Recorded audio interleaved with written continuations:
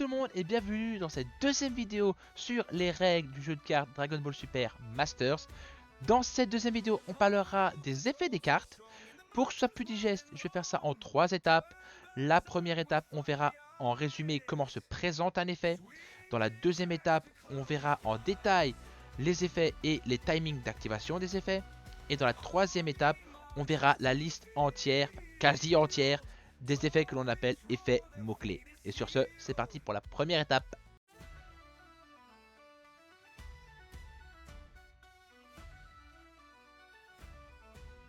Alors, à quoi ressemble un effet? Un effet aura minimum 2 choses de présent. Il y aura un rectangle avec une couleur représentant le timing d'activation de l'effet et l'effet en lui-même. Entre ces deux morceaux, il peut y avoir maximum 3 choses. Il peut y avoir un rectangle rouge avec un mot-clé qui est une limite ou une condition supplémentaire pour activer l'effet, suivi d'une condition supplémentaire textuelle, donc en toutes lettres, suivi d'une possible précision sur le timing d'activation de l'effet, et ensuite l'effet en lui-même. L'effet en lui-même termine toujours l'effet de la carte. Donc dans notre exemple présent, vous pouvez voir qu'il y a un rectangle bleu, le timing d'activation. Il y a un rectangle rouge, une limitation de l'effet. Ensuite, on a une condition à remplir pour pouvoir faire l'effet, suivi de 2 petits points, puis une précision sur le timing d'activation, virgule, l'effet en lui-même. Et maintenant, dans la deuxième partie, on verra en détail chacun des effets et chacun des morceaux présents dans un effet.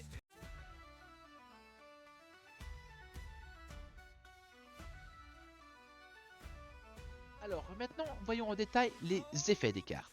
Les 3 morceaux textuels de l'effet, je ne vais pas y revenir dessus. Parce que c'est littéralement écrit sur la carte ce que ça fait.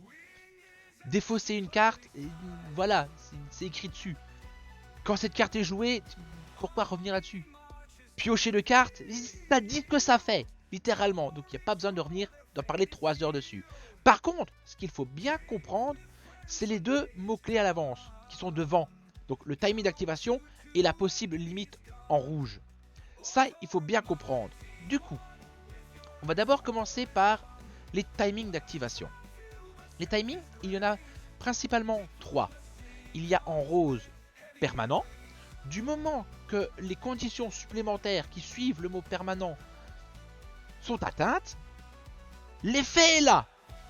Peu importe que la carte soit sur le terrain ou dans votre main, il est possible que l'effet permanent s'active du moment que les conditions qui sont derrière sont remplies.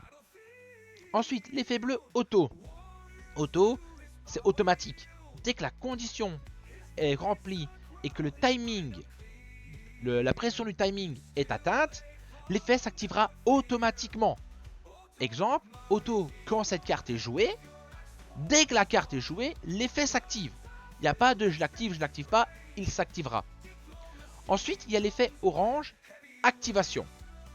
Ça, c'est un effet que vous choisissez vous-même d'activer ou non. Il se divise en 3.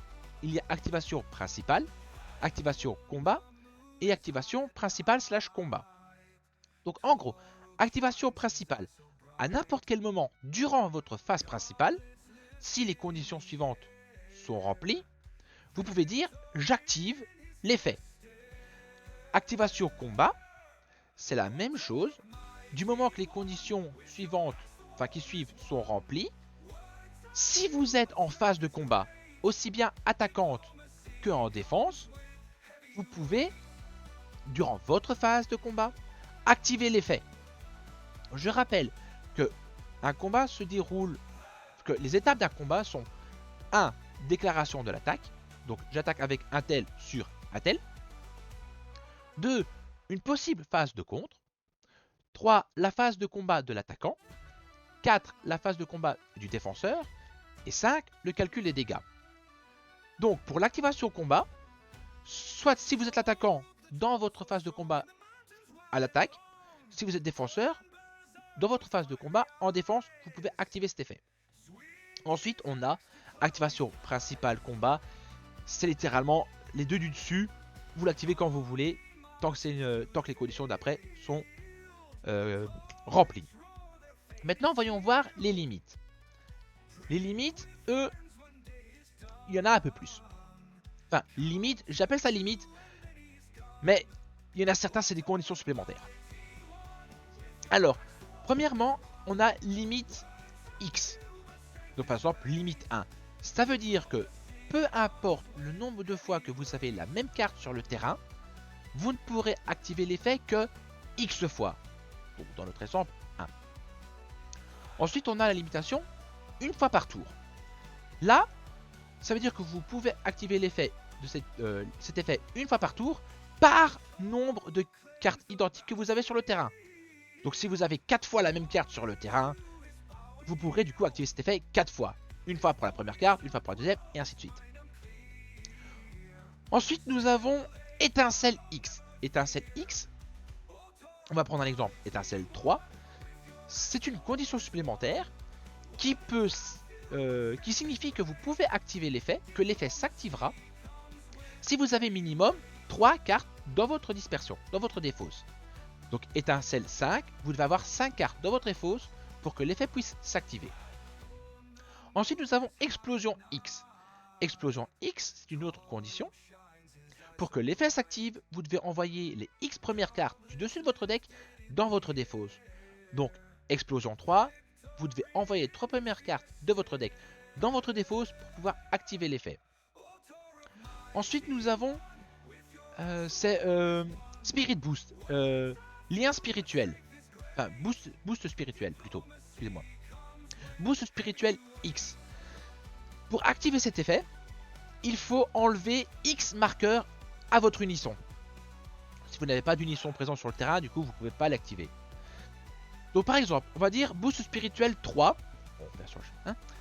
Vous devez retirer 3 marqueurs à votre unisson. Si votre unisson n'a que 2 marqueurs, vous ne pourrez pas activer l'effet.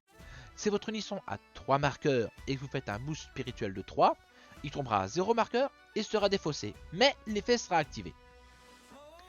On en a fini pour les limitations des effets. Donc maintenant, il est temps de passer à la troisième partie, les effets mots-clés.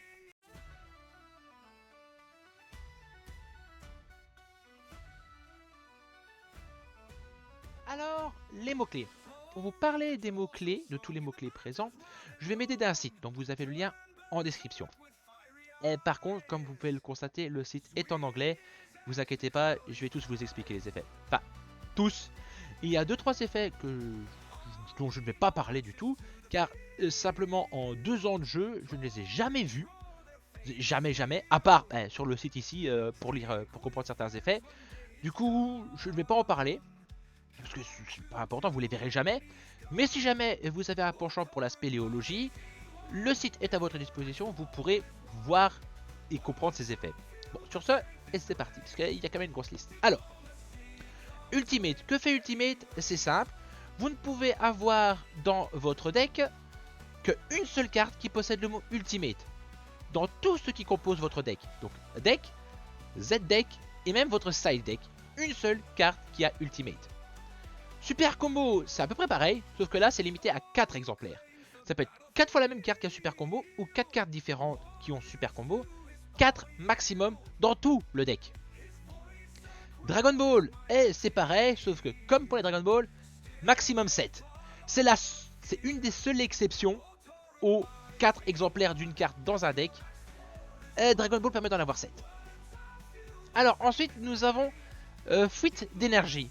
Fuite d'énergie, c'est une compétence clé qui a sur toutes les cartes bicolores, qui dit en général, quand cette carte est mise dans votre zone d'énergie, elle arrive engagée, donc elle ne pourra pas être utilisée directement.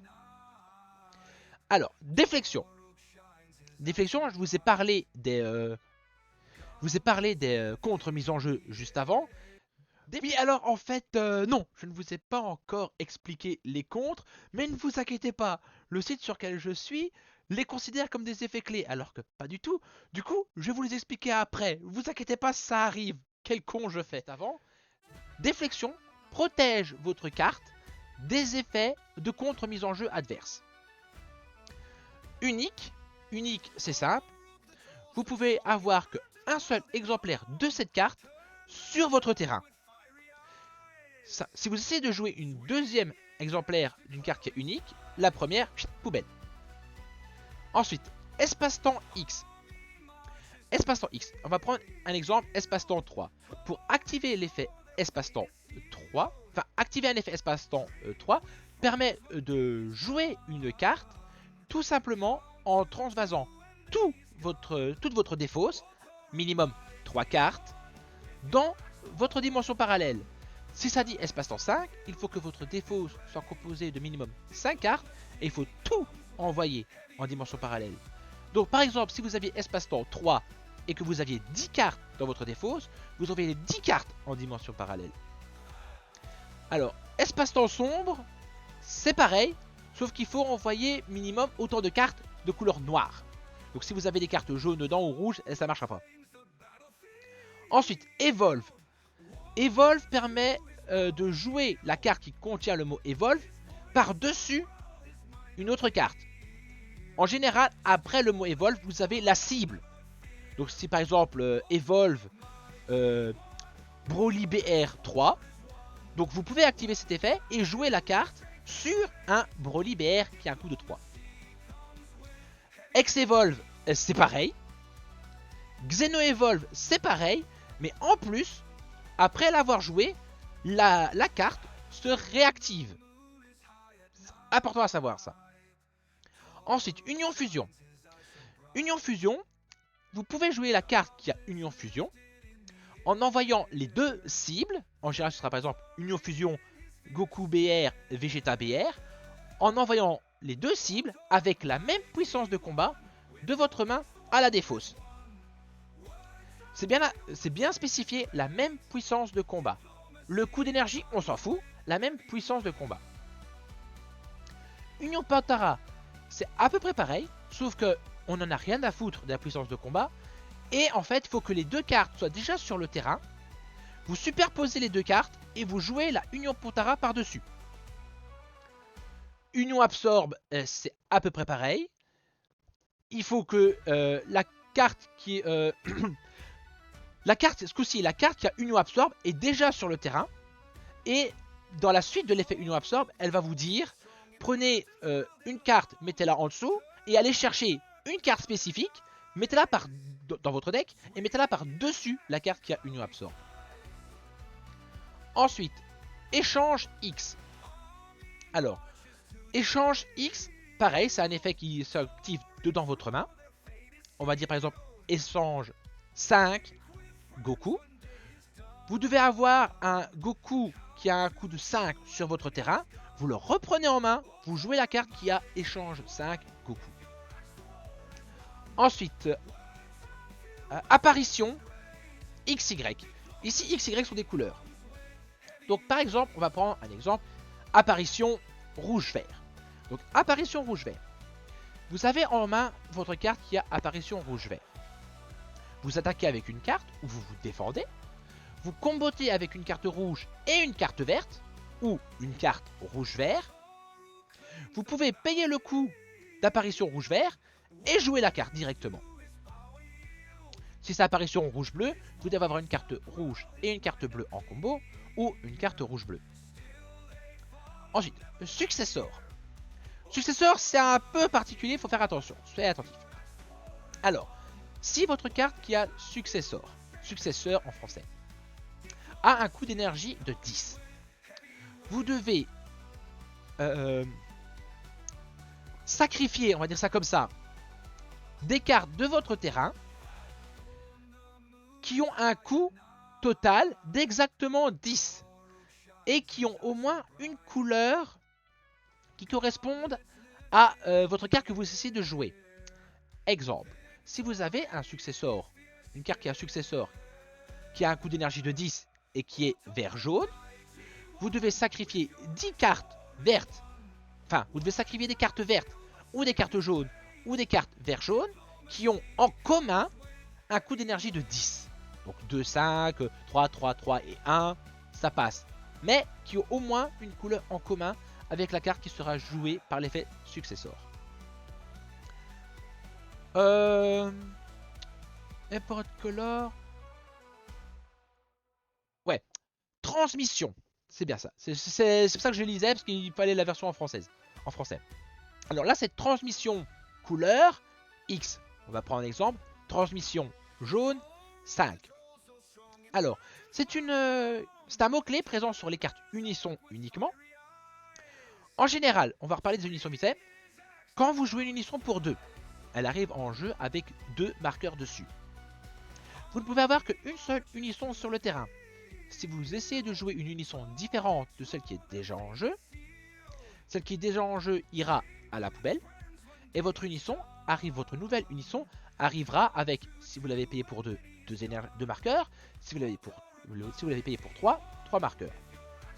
Par contre, si la nouvelle Unisson que vous allez jouer a transmission, la couleur correspondante à celle qui est déjà en jeu, et 3 par exemple, elle arrivera en jeu en remplaçant l'ancienne et en transvasant maximum 3 marqueurs de l'ancienne sur la nouvelle. J'explique. On va imaginer transmission jaune 3. Vous avez déjà une Unisson jaune sur le terrain qui a 3 marqueurs. Pour 2 énergies, vous jouez la nouvelle Unisson qui a transmission jaune 3. Donc elle est censée arriver en jeu comme vous l'avez payé pour 2 avec 2 marqueurs.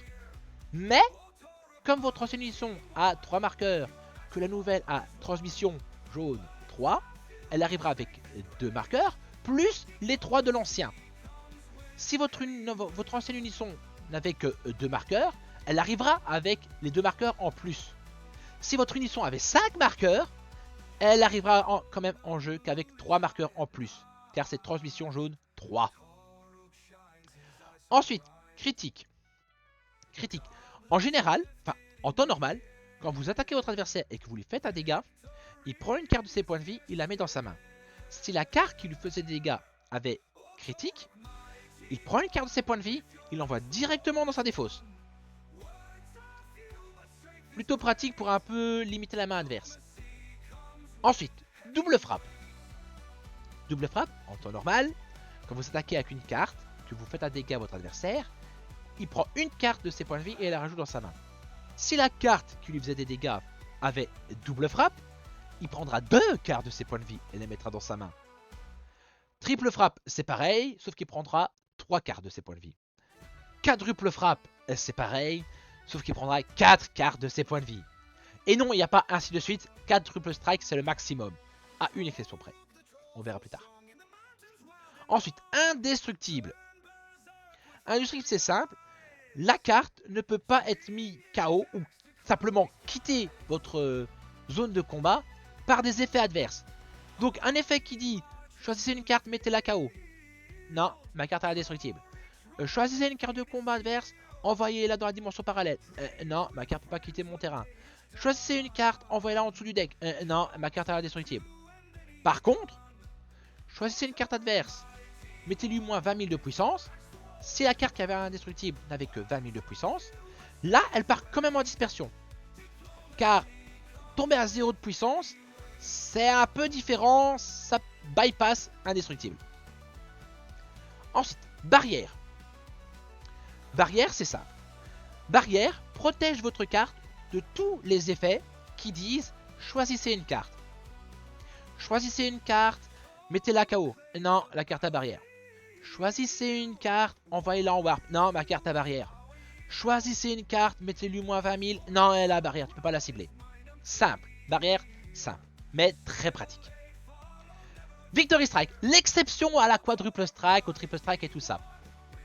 Alors, Victory Strike, en temps normal, si vous faites un dégât à votre adversaire, il prend une carte de ses points de vie, il la rajoute à sa main.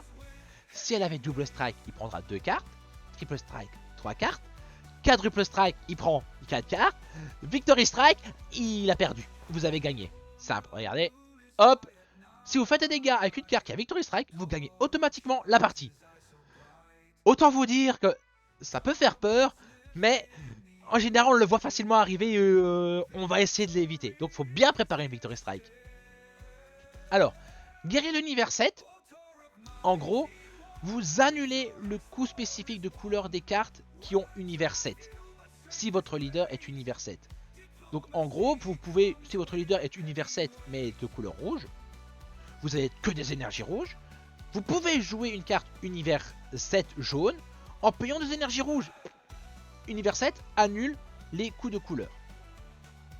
Alors, trou noir. Trou noir, normalement, vous ne pouvez faire les effets espace-temps que j'ai cités juste avant qu'une seule fois par tour. Si vous aviez trou noir, si vous avez une carte qui a trou noir sur le terrain, vous pouvez le faire une deuxième fois. Invoqueur. Invoqueur, c'est un effet présent uniquement sur les cartes, sur des cartes bleu-rouge. Et en gros, par exemple, si vous avez une énergie bleu-rouge d'active sur votre terrain, que vous voulez jouer une carte extra bleu-rouge, et que vous avez sur votre terrain une carte de combat qui a invoqueur, au lieu de payer le coût en énergie de la carte extra bleu-rouge, vous pouvez tout simplement incliner votre énergie bleu-rouge active pour jouer la carte extra, peu importe son coût en énergie. Servant. Alors, servant, c'est un mot-clé qui donne d'office plus 10 000 de puissance à la carte qui a servant. Mais, en contrepartie, en tout début de tour, vous réactivez toutes vos cartes, sauf une carte qui a servant. Offrande. Quand vous jouez une carte qui a offrande, vous mettez votre adversaire en face d'un choix. Soit il prend une carte de ses points de vie, il la met directement dans sa défausse, soit il vous autorise à piocher 2 cartes. J'aime bien les petits dilemmes comme ça qui font chez l'adversaire. Héroïque et Villainous, non.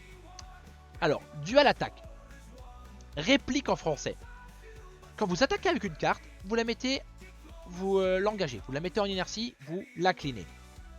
Si votre carte avait réplique, juste après avoir déclaré l'attaque et l'avoir inclinée, elle se redressera. Et du coup pourra réattaquer après, ou si elle est bloqueur, bloqué. Triple attaque, c'est pareil que réplique, mais 3 fois. Donc vous attaquez, elle se redresse, vous attaquez, elle se redresse. Triple attaque. Ou tri offensif en français. Alliance XY. Alors c'est simple. On va prendre comme exemple rouge-vert. Alliance rouge-vert. Au moment où une carte qui a alliance rouge-vert va attaquer, si votre adversaire dit « je ne contre pas », vous pouvez incliner autant de cartes de combat rouge ou verte ou rouge-vert que vous avez sur le terrain et donner leur puissance à la carte attaquante. Donc si vous inclinez 5 cartes qui ont chacune 20 000 de puissance, vous donnez un bonus de 100 000 de puissance à la carte Alliance Rouge-Vert qui attaque. Alors, terrain. Terrain, c'est un mot-clé vert qu'il y a sur certaines cartes extra. Je vous ai dit, en général, les cartes extra, vous les jouez, vous faites l'effet défausse. Si elle a terrain, vous la jouez, elle reste sur le terrain.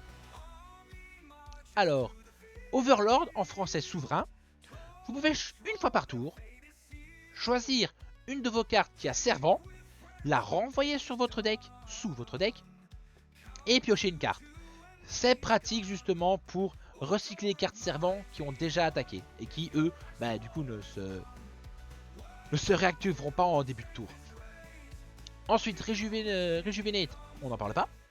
Bloqueur, comme j'ai dit, si quand votre adversaire vous attaque, vous avez une carte qui a le mot-clé bloqueur et qui est active sur votre terrain, votre adversaire dit j'attaque, vous pouvez simplement dire je ne contre pas, mais je vais activer l'effet bloqueur de ma carte et dévier l'attaque sur mon bloqueur. Pour activer bloqueur, on engage la carte, pour bien signifier qu'elle ne peut utiliser bloqueur qu'une fois sur son tour. Revanche. Revanche aussi un petit effet assez sympa. Quand cette carte est mise KO en combat, donc par l'attaque d'une autre carte, la carte qui a attaqué la revanche sera mise KO directement. Directement sans la choisir, du coup ça passe barrière. Bien sûr, si c'est un leader qui a attaqué votre carte de combat qui a revanche, non, ça ne va pas marcher sur le leader. Si c'est une unisson qui l'attaque, elle perdra un marqueur. Alors, Aegis, ou Égide en français. En général, Égide c'est bleu-jaune. XY, je comprends pas, en général c'est bleu-jaune. durant votre phase de défense. Donc, phase de combat en mode défense.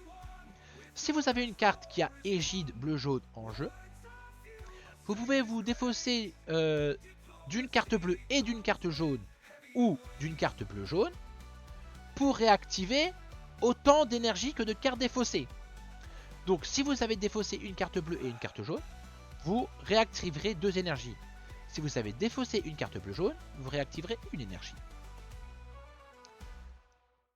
Alors, contre mise en jeu, contre-attaque, contre-contre et contre-attaque carte de combat. J'aurais pu les présenter dans les timings d'activation des effets, mais c'est aussi des mots-clés, on va dire, du coup je vais les présenter ici. Alors, comme leur nom l'indique, ce sont des cartes qui seront jouées en réponse à une action adverse. Donc, par exemple, pour contre-mise en jeu, quand votre adversaire va dire « Ah, pour une énergie, je vais jouer une carte de combat », vous pourrez lui dire j'ai un effet contre-mise en jeu, je vais le jouer. Simple. Contre-attaque. Quand votre adversaire va vous dire « Alors, j'attaque avec ma carte, ici, cette carte-là », juste après, vous avez une phase de contre dans laquelle vous pouvez activer une contre-attaque. Contre-attaque carte de combat, c'est la même chose que contre-attaque, sauf que c'est uniquement quand votre adversaire vous attaque avec une carte de combat. Il n'y en a pas 36 des cartes qui ont cet effet-là, vous inquiétez pas. Ensuite, contre-contre, là c'est littéralement comme son nom l'indique, quand votre adversaire vous dit contre-mise en jeu ou contre-attaque, vous pourrez lui répondre contre-contre. Simple. Alors, résurrection XY. Quand la carte qui a résurrection couleur 1 et couleur 2, on va dire, je sais pas moi, bleu-jaune, ouais, alors on retourne sur bleu-jaune. Quand votre carte qui a résurrection bleu-jaune est mise KO, ou quitte votre zone de est mise KO, vous pouvez défausser des cartes de votre main qui correspondent aux couleurs précisées dans résurrection. Donc, dans notre exemple, soit une carte bleue et une carte jaune, soit une carte bleue-jaune. Et la carte qui a résurrection revient sur le terrain de la zone de la défausse, mais engagée ce coup-ci.